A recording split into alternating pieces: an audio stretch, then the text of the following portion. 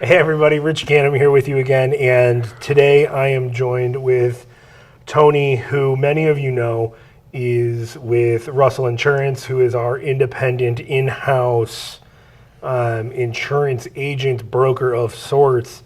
And I wanted to have a conversation with you today, Tony, because I think there's a huge opportunity for our agents to, one, learn a little bit about Russell Insurance and the benefits of it.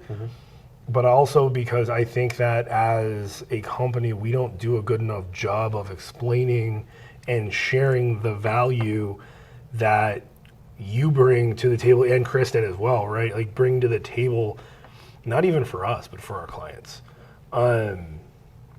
So in a minute or two, like Russell Insurance, what do you guys offer? What is your family of products? So everybody originally just thinks of homeowners, but we do home, we do auto, we do life insurance. The one thing that we don't do is health insurance. People ask me about that all the time. But home, auto, and life insurance. I only do the life. Kristen doesn't. She's not life licensed, but I am. So home and home and auto are our bread and butter, obviously. Okay. So when we look at those three products, home, auto, and life, a lot of times, you look at the commercials. It's bundle and save, right? You can offer that same quote unquote discount, the bundle and save, right? Right. And a lot of times, what we've found in our conversations, even just between you and I, is one, you're not going to sell them something. You're not going to sell somebody something that, one, isn't going to be beneficial to them. Right. And two, you're not going to sell somebody something just to hit a quote unquote quota or sales number for the week or for the month. Right. Like a lot of companies. Yeah. A lot of companies will do that just to get you in the door. And I'm not going to do that, especially for a first-time home buyer. They don't know what they're buying. They just know they have to have home insurance. So, I'll kind of walk them through the process of, hey, this is what you really should focus on. I usually say if you've got a basement, you need water backup coverage. That's my number one homeowner's claim year after year after year is water backup. So they don't even know what that means. So I kind of like guide them through the process. And you're right. Most of them are thinking about just price, especially when you're a young homeowner. You don't. All you're thinking of is let's get the cheapest thing. Well, that's not always the best thing. Yeah. We're trying to get you the best rate and the best coverage at the same time. And sometimes you have to get creative in that financing process because of DTI and other things. That, listen, and I think part of the conversation is, listen, we're going to put your insurance here to get the deal done, and then after we close, we're going to add these policies back in because this is truly what you need. Right. Which helps. Well, I think it does a couple things there. I think it helps get the deal done. Mm-hmm. It helps build trust. Mm-hmm. But I think more than anything, from an agent perspective, it really comes down to whose interest do you have first and foremost. Right.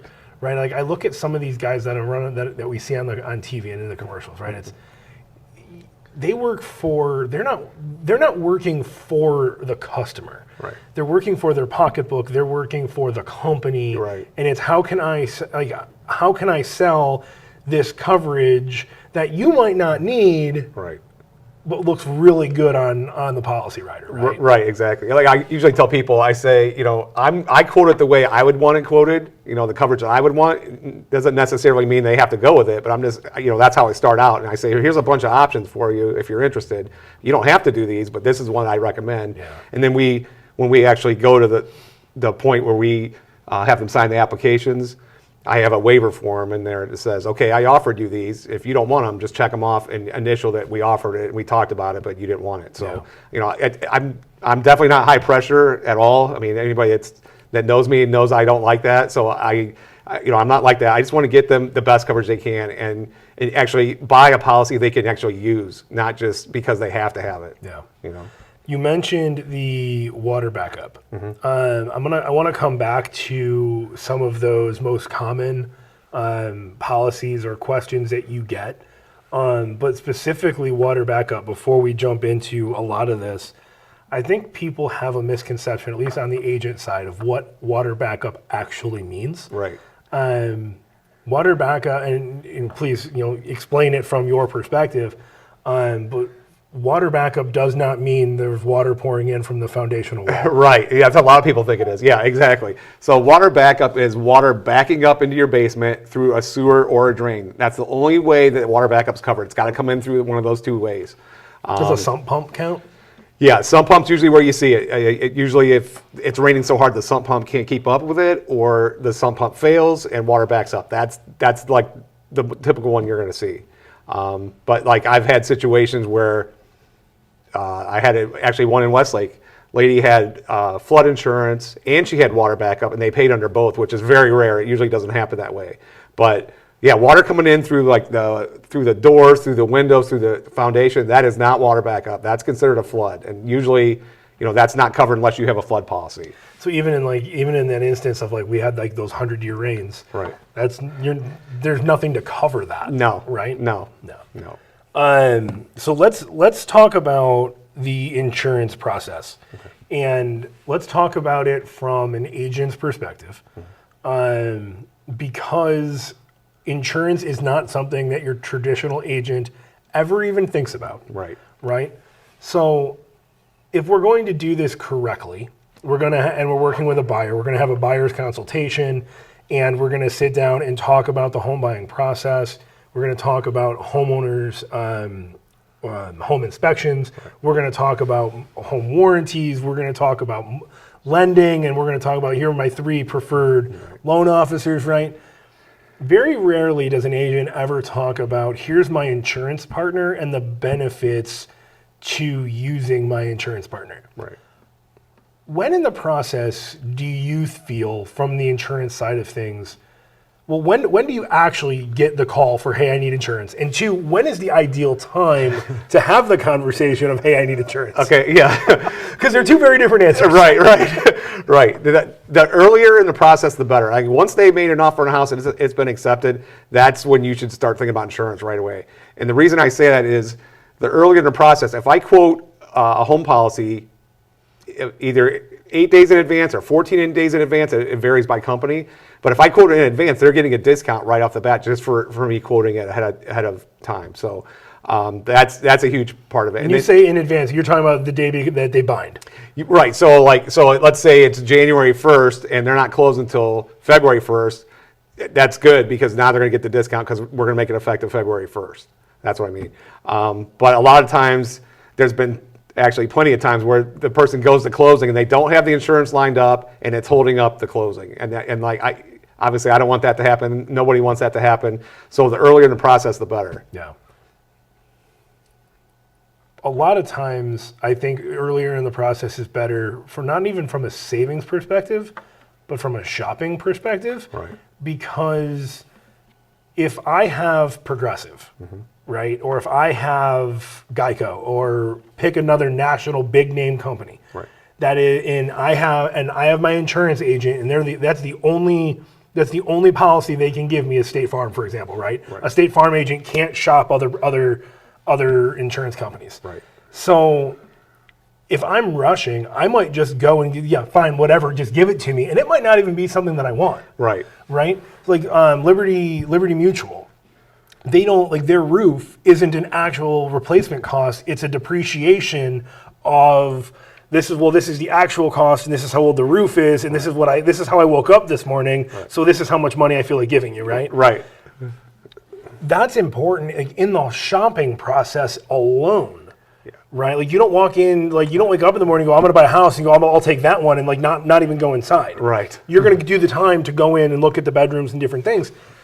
Shopping for insurance, I feel it needs to be that similar process of comparing what can you offer me, State Farm, and what can you offer me, Tony, who has the ability to shop multiple providers that can see the different policies. What goes into this process of, because nobody knows what happens behind the curtain, right? Right. So I come to you, I'm buying a house, and I say, on the contract or whatever, I'm like, yes, I want Tony to be able to quote me. What happens? Guide me through that conversation. Okay. So after that happens, I'll get notified either by the realtor themselves or the corporate office running reports showing us what's closing, and if I see that they want me to call them, or as long as they don't specifically say no, they don't want to be contacted, I will call them. First, I start out with an email, then a follow-up phone call, and if they want a quote, I basically just say, I just need to collect some information. It takes 5 to 10 minutes. I enter all this information into our computer system, and I shop it out to all the companies in one shot. So it goes out to multiple companies. On average, how many companies are you shopping? On average, I actually have the ability to go up to like 22, but I usually only shop about 7 or 8 because they're the most competitive. So when I enter that information, like I said, it comes back with a quote. Once I narrow down who the best coverage and the best price is, that's what I present to the client. So you're having that discovery conversation of what do jewelry riders and all sorts of other things that really make up what this true policy is. It's not you're buying a $400,000 house. Here's your policy. Right. Yeah, and I try to get the home and the auto because that's a huge discount with every company if I can bundle with the same company. So it's anywhere from a 15 to 20% discount. So I try to get both if I can. If I can't, it's not the end of the world. For sure. So talking about coverage, there are, and I alluded to it, right, like with the roof replacement. Mm-hmm. Some companies have the ability to do an actual replacement cost, and then some companies depreciate. Right. From a homeowner's perspective, from an agent's perspective, is one better than the other, or is one just less expensive than the other? It depends. Again, like that's another reason why I say don't just focus on the cost, because you could get a rate that's very low, but you're going to have depreciated roof. Now you're not getting replacement costs on that, or you have one that's a little bit more expensive, but you're getting a replacement cost on your roof. So that's what I'm saying about coverage and price. You can't just look at just the price. You got to look at the whole picture. Well, and you have to look at what's important, right? Right. Like if we live in Northeast Ohio, we get hailstorms 2 to 4 times a year, and sometimes they're big pieces of hail. Right. That can really damage not only your roof but your siding and your car and other things. And I mean, my example, we were able to get a full roof replacement, and it only cost me my deductible. Right. I had a client the week before closing had a hailstorm, and that's why I mentioned Liberty Mutual, because they depreciate it. Right. They had a hailstorm, siding and roof. Liberty only, they depreciated it out, and the seller's like, what am I supposed to do with this? Right. And the other thing too is a lot of companies will do a separate deductible for wind and hail versus just your standard deductible. So you'll have a standard deductible of $1,000. You got a wind and hail deductible. It's usually a percentage of what your house is insured for. It could be like 2%. It could be $3,000, and you don't even realize it until you go to make the claim. Right. And I steer away from that. I don't want to do a percentage deductible unless somebody specifically asks me for it. I'm not going to do that because you're not going to remember at the time of a claim. You have a separate one. Most insurance providers, it is a percentage deductible, right? So it's not. And most people don't even know that when they're getting their quote, that they can ask for a flat fee, like a flat, like a $2,500 or a $5,000 or whatever, rather than a 1 to 3%, which is really what you're going to see on a policy, right? Right, and the other thing with the percentage deductible, every year that your house renews, the building costs go up. Correct. So every year they're going to increase your dwelling limit. So if it's a percentage, every year your deductible is going up and up and up, and you don't even realize it. So that's another reason why I stay away from that percentage deductible. It's not good when it comes time for a claim. Yeah, that's interesting. Okay, so we talked about the process. We talked about starting the process early because of, 1, a discount, but 2, it gives you the opportunity to really take the time needed to adequately shop them out and make sure they're getting the best coverage, right? We talked about the ability to bundle through auto, home, and life. Let's talk about the real benefit that we have with you being an in-house guy for us and your ability to shop. Okay. Because if somebody comes to you and says, hey, I have State Farm and I'm shopping, you have the ability to take it to, you're up to 22 people. But what I think is really interesting about your approach is because it's not a sales-oriented approach, it's a service approach. You're like, I can't beat this, right? Like you're good. Like I can't touch what you have. Stay there. Right. Most people aren't doing that. Right. Yeah. Yeah. I'm like I said, I don't want to do it just to sell a policy. I don't. I'm not worried about quotas and things. I want to make sure they got the right coverage and the right policy for them. The other advantage I have is you mentioned like State Farm and some of those bigger companies. They can only write for State Farm. So if they've got a rate increase the next year, there's nothing they can do other than change coverage or increase your deductible. With us, I've got so many different other companies. I can just shop it out to other companies to try to find you a better option. And if I don't, I'm going to tell you that. But I want to be totally honest with people, and I want to tell them if I can't beat their rate and I think it's better that they stay with that company, I'm going to tell them that. So to the person that says, I've been with State Farm or Progressive or Allstate or whatever, I've been with them for 15 years, I get a great discount. Right. What do you say to that? Is there truth to it, or is it a consumer loyalty feeling that we have where I've been with them for so long, they take care of me, right. kind of thing? Yeah, you're exactly right. Yeah, a lot of people say that to me. I've been with State Farm for 25 years or whatever. That's great, but what I tell people, it used to be a loyalty thing with companies. They used to give like loyalty discounts if you've been with a certain company for a certain amount of time. And I feel like that's totally gone now. I mean, if you get 2 claims in a 3-year period or a 5-year period, and you've been with them 25 years, they don't care. You're out. You're done. You're done. So, I mean, that's what, people just think that, they've taken care of me. Well, you might not have had a claim in 25 years either. Wait till you have a claim, and then you'll know what kind of company you're dealing with. Absolutely. So. There are different types of policies, right? So there's the vacant home policy. There's your owner-occupied policy.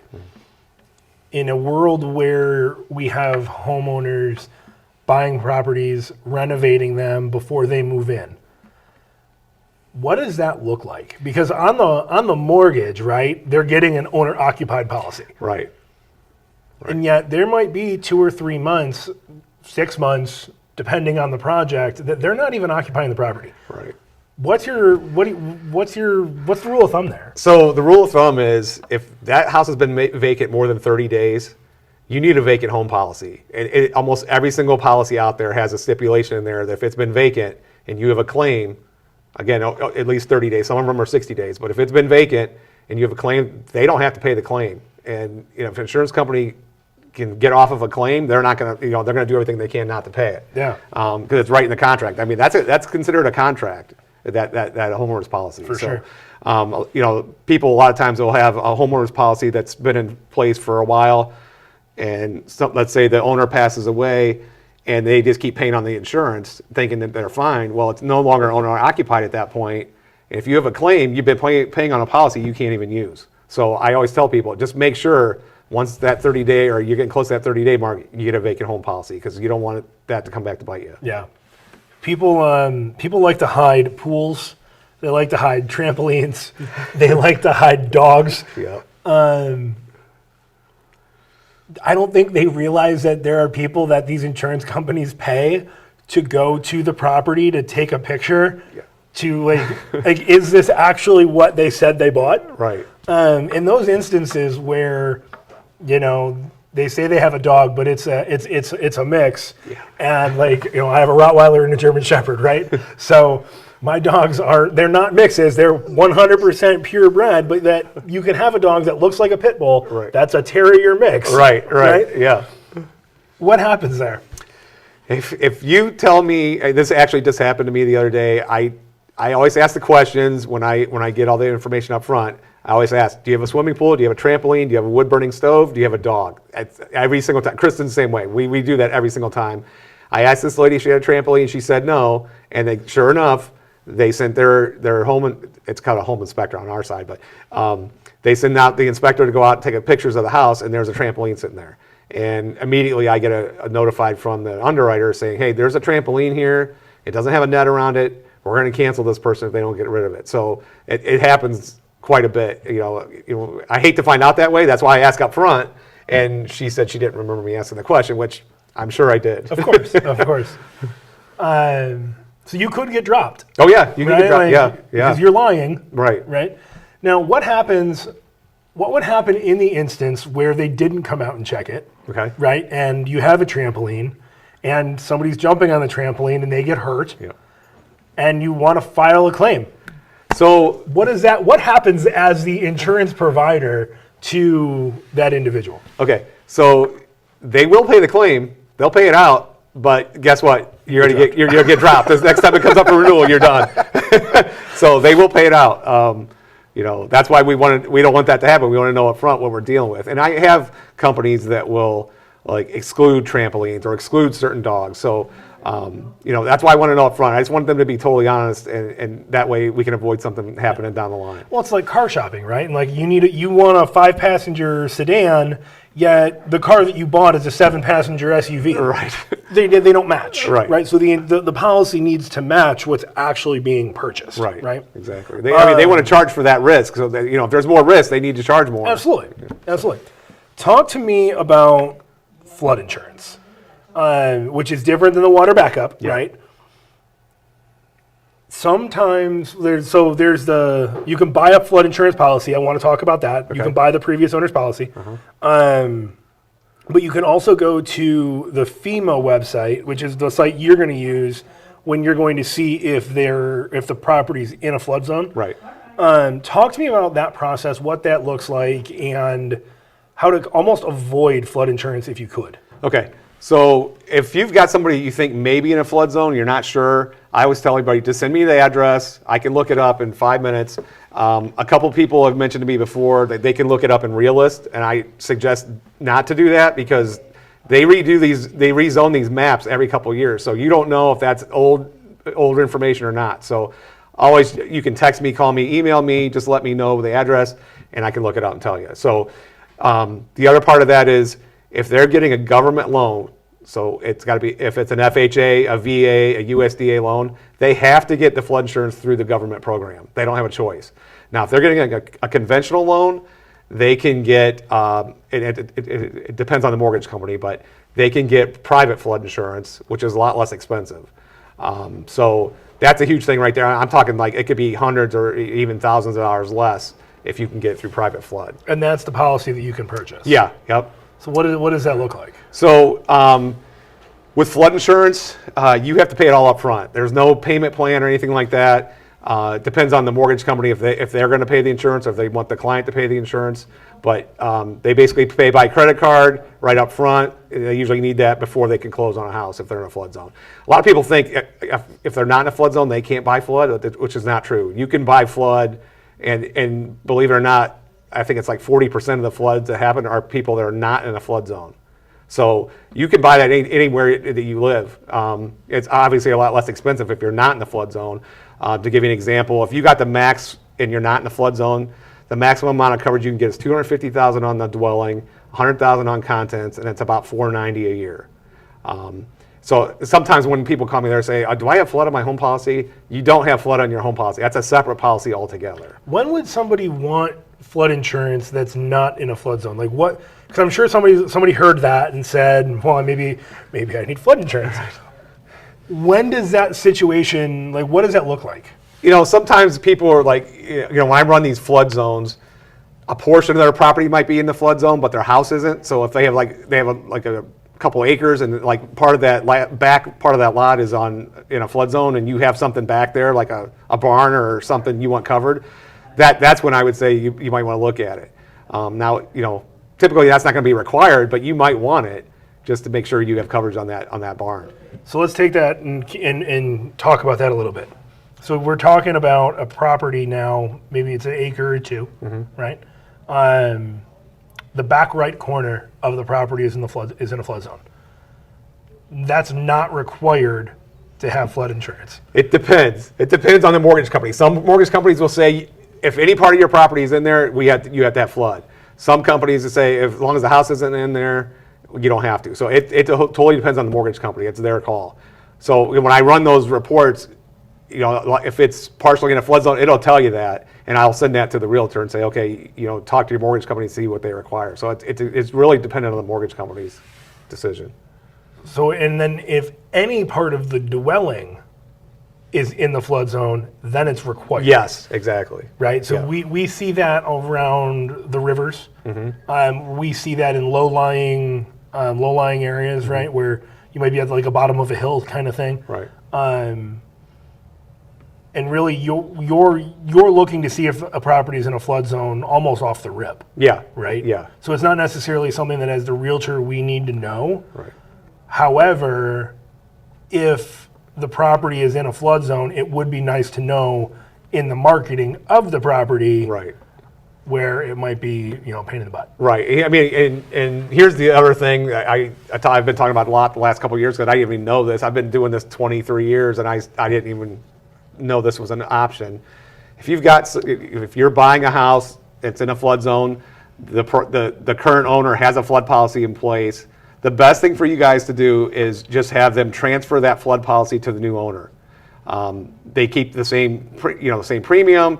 Because you could be talking thousands of dollars if they remap that, and it could be a huge inconvenience for your client, and it's going to cost them a lot more money. So, are there different levels of flood insurance?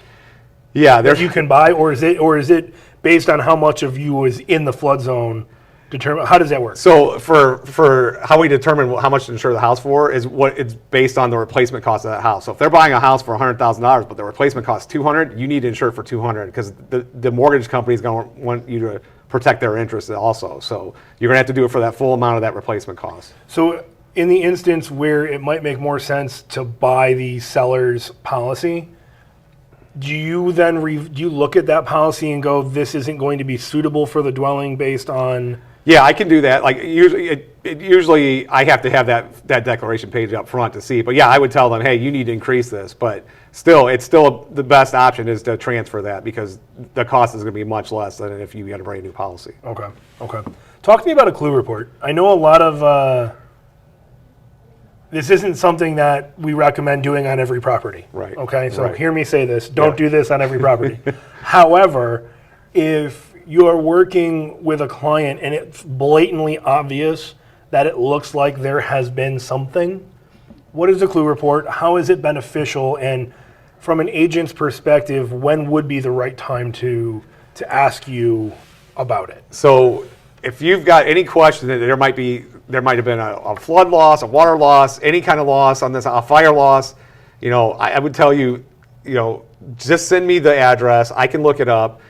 Now, you're right. I don't want to run on every single property because it costs money every time the insurance company runs it, and they're not inexpensive. So I can look up to 5 years back. I can see if there's been any claims on that property, and I can tell you what it was. I can tell you if it was water or fire and how much they paid out. So, typically people ask me that when they see water in the basement. They want to know if there's been water backup or a flood that's happened at this property, and so I can look that up and tell you. But and to clarify, you're only going to see if a claim was filed. Right. You're not going to see if the basement actually flooded. Right. Yeah, I can see what the claim was for, like water, wind, fire, whatever, and I can see the amount that was paid out. That's all I can see. Does that help or hinder a buyer in their purchase in terms of what their rate might be? No. The only one that maybe is an issue is a fire. If they've had a fire loss, immediately the insurance company wants to ask me a bunch of questions like what happened, what caused it, that kind of thing. But it won't hinder the buyer. But let's say you had a claim at a house at 123 Main Street, and then you move to 456 Main Street. That claim's going to follow you to wherever you go for the 5-year mark. So they'll look back at 5 years of claims. If you move, that claim's still going to follow you on the new policy too. The claim stays with the policy owner, not the property address. Right. Most people don't know that. Right. Most people are like, new house, I'm good. Right. And really and then, next windstorm or hailstorm, new roof, then you might get dropped. Right. I mean, the other thing too is I have it come up a lot is like somebody had a water backup at their old house and they're buying the new house. Typically, the insurance company won't let you have water backup at the new house unless you explain, hey, they moved to a new house. This was at their old house. Then they'll let you do it 9 times out of 10. But yeah, it follows you wherever you go. I've had people, even if you're moving from out of state, I can still see it because all the insurance companies share that information, so everybody can see who's had a claim and what address it was at. We covered a lot of information. Yep. What have we missed? I think like the thing that Kristen and I hang our hats on all the time is our service. I think our service is great. I mean, it can always be better, but I think we're available as much as possible. we're willing to help the realtors do whatever they can to get this sale done. I just think that, we've had a lot of years of experience. I've been in it 23. I think Kristen's been 22. So, and we've only done personal lines. We've only done home auto, and I do life. But, we just we have good relationships with the underwriters for these companies. So I think that's a huge advantage for us. And I think with Newman Title and Your Home Financial and us all working together, there's a lot of stuff that we can do behind the scenes that nobody even realizes that we can help get your deal done. I think so I wasn't going to mention that part, but since you brought it up, there's a lot of times that things happen behind the scenes that we don't even know about. Right. The family of companies is so important from that aspect, right? Mm-hmm. Because you're all communicating, and that doesn't happen with a Progressive or with a State Farm or a Liberty Mutual. Right, that collaboration. It's I need your deck page. Right. So I call State Farm. I get my deck page. I send it off to the underwriter or to the processor, who sends it off to the underwriter, who gives it its stamp of approval. Right. When within the family of companies, it's hey, this is too high. This doesn't meet the DTI. If it's a State Farm policy, they're like, this is too high. This doesn't work. Right. They're done. Right. And they wash their hands of it, and they're moving on to the next loan. Right. So there is value there, and again, I think it's unfortunate that most agents don't know how to have this conversation with their clients, mainly because, as we talked about before we started recording this, most agents, they're not having the insurance conversation. Right. It's the lender that's telling the buyer, hey, we need your homeowner's insurance. Right. It's not coming from the agent. Right. And I think if it came from the agent, it helps solidify the relationship better. Mm-hmm. And it's just one more tool in our bag of tricks to help our clients save money. Right. Because at least giving them the option to save money is better than them not saving any money at all. Right. And again, if I can't save them money, I'm going to tell them that your best option is to stay with this company. But at least give us the shot. I mean, it's going to make the realtor look good. It's going to make the deal go through possibly. So it's a huge advantage for us. Yeah. Anything else you want to talk about, mention that we haven't talked about in the last 33 minutes? No, I don't think so. Time flies when you're having fun, doesn't it? Yeah. Tony, I appreciate your time. Thank you. Sure, thank you.